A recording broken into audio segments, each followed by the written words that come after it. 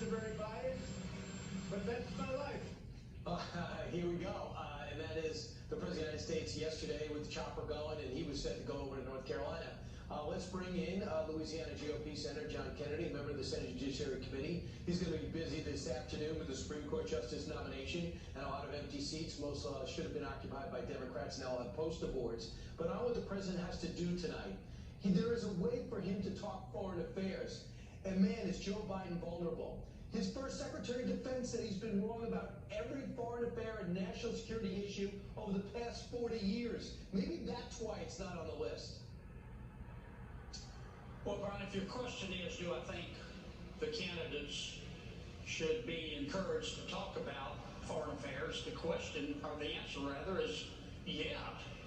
I mean, most Americans don't want to die. And there are dozens of countries, I can think of 4 especially, who want to try to kill us.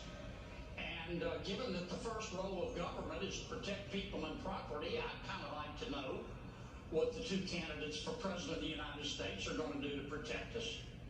I think going forward, the commission, or however we run these debates, need to give both candidates greater discretion in picking both the moderator and in picking the topics. Now, let me talk about the topics first. Right now, the moderator, who is picked by the commission, has unfettered discretion. If the moderator wants to add one of the topics, who killed Jeffrey Epstein, he can do that.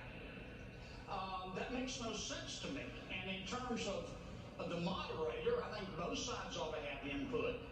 I'll probably start a Reddit fight with this, but I would like to have an old school moderator.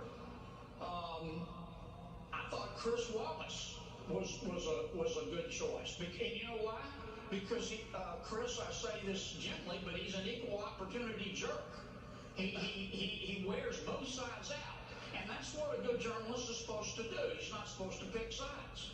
Well, we wouldn't use that terminology, but he certainly is tough, fair and balanced and tough, indeed. Well, that's another way of putting it. Yeah, it is. But that's what you want. You want a moderator who's not picking sides, who's going to really bear down. I mean, we're only picking the person who is going to run the most powerful country in all of human history.